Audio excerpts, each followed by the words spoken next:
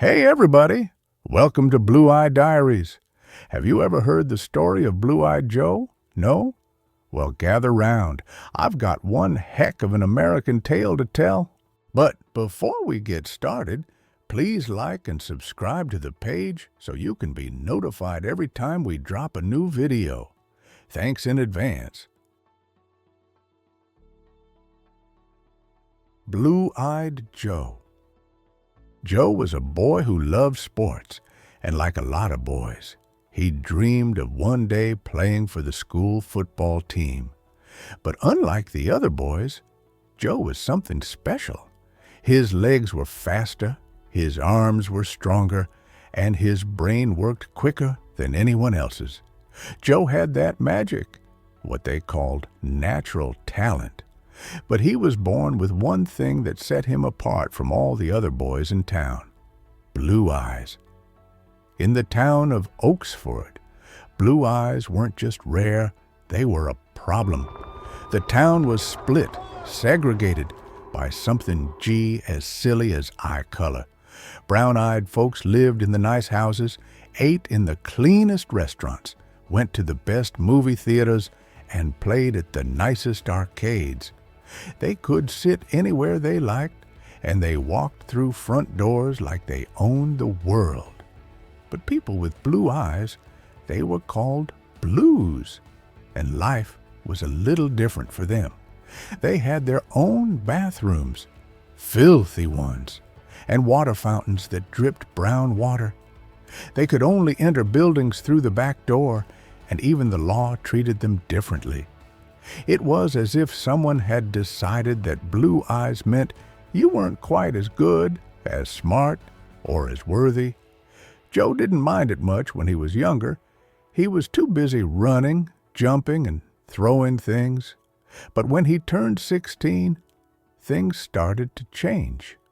Joe wanted to join the school football team more than anything. He had the arm of a champion and the speed of a cheetah. He'd already played in pickup games with the older boys, and they always talked about how great he was. But no matter how good he was, it didn't matter. "Sorry, Blue," the coach said one afternoon when Joe showed up for practice. "We don't take blues on the team." Joe's heart sank, but he didn't give up. Instead, he started doing favors for the coaches. He ran their errands, washed their cars, and picked up their lunch orders. Whatever it took, Joe did it, hoping one day they'd let him play. Finally, after weeks of Joe doing whatever they asked, the coaches agreed to let him practice with the team, just for a little while. They told him he couldn't wear a uniform and wouldn't be allowed to attend any of the games because, well, blues didn't play in games. But he could practice. Joe was over the moon. He ran drills with the team, catching passes and running routes, always giving 110%. The coaches noticed that Joe had an arm, a real arm. His throws were sharp and far, slicing through the air like a rocket. But the coaches didn't think a blue could be smart enough to play quarterback. They couldn't risk it, so they placed him at wide receiver, where speed didn't require thinking, just running. Weeks went by, and the team got ready for their big game. Everything seemed to be going fine, until in the final practice before the match, the quarterback, a tall, brown-eyed boy named Billy, hurt his shoulder. He was out for the season. The coaches looked around, unsure of who could fill in. "Well," one of them muttered, looking over at Joe, "it's a disaster if we don't have a quarterback. Might as well give the blue a shot." Joe, always ready, stepped up without hesitation. His heart pounded in his chest, but he knew he could do it. He had earned this. Game day arrived, and Joe's parents, who'd been waiting for this moment their whole lives, were allowed to attend, but only on the blues-only side of the stadium, which, of course, was a few rows from the trash bins. They sat there, getting rained on, huddling under their thin jackets. Meanwhile, Joe was out on the field, running the offense like a seasoned pro. He threw passes to his teammates that were so precise, so perfect, it looked like he'd been doing it for years.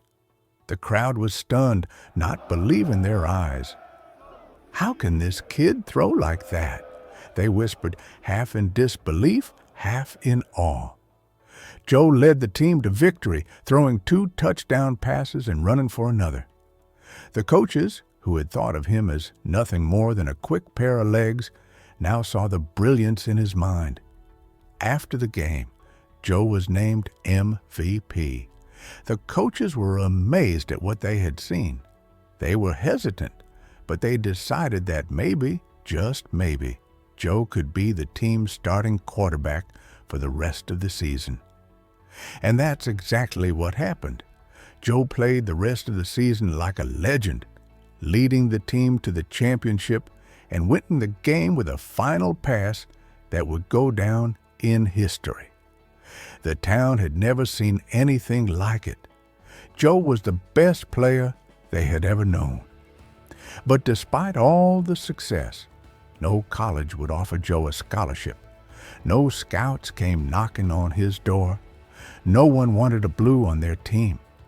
The town segregation was a hard wall to break down, and no matter how good Joe was, the color of his eyes held him back. With a heavy heart, Joe decided to join the Army. Football was over for him. He never played again.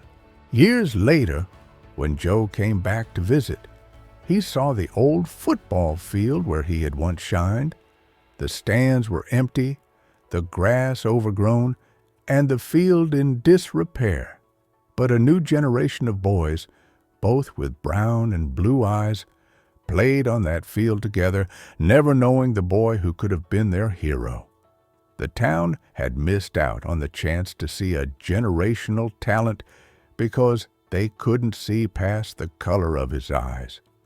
But Joe, now older and wiser, didn't blame anyone. He had given everything he had to the game, and in the end, he had won. His town might never know what they lost, but Joe had learned that sometimes the biggest victories aren't the ones everyone sees. Sometimes they're the ones you make for yourself. Watching the brown and blue-eyed boys play the game he once loved brought tears to Joe's blue eyes. It was because of his sacrifice that the town was now allowing brown and blue-eyed children to play together.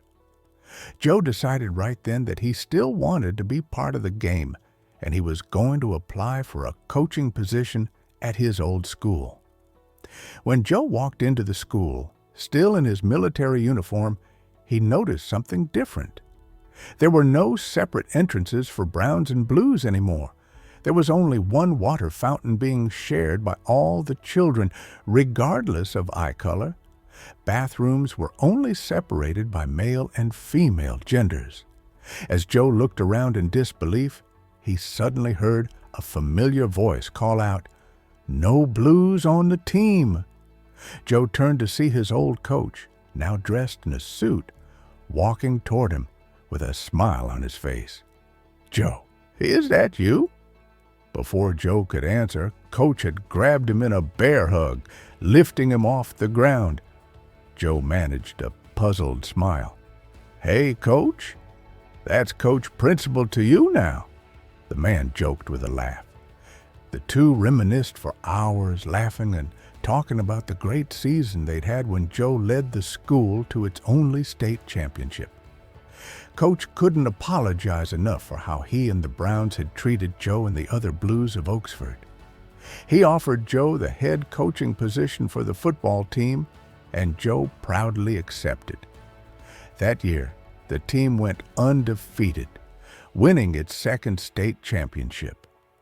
As for the town of Oxford, it learned to accept people with blue eyes for their differences and work to promote unity in the surrounding towns. This story is fictional with a happy ending, but many stories like Joe's didn't end this way. For decades, black athletes, especially quarterbacks, were denied opportunities because of the color of their skin. Coaches and scouts often assumed they weren't smart or skilled enough for the position. Although progress has been made, the effects of that prejudice remain. To date, at least 6 black quarterbacks have had Hall of Fame-worthy careers, yet only one, Warren Moon, has been inducted. Meanwhile, Joe Montana, who many argue is the greatest quarterback of all time, has blue eyes. Could you imagine football without a Joe Montana simply because of the color of his eyes? Now think about how many generational talents the world has missed out on because of something as arbitrary as skin color. Now, let that thought sit with you. Thanks for listening. Be sure to join us for our next video. Like and subscribe for more content from Blue Eye Diaries.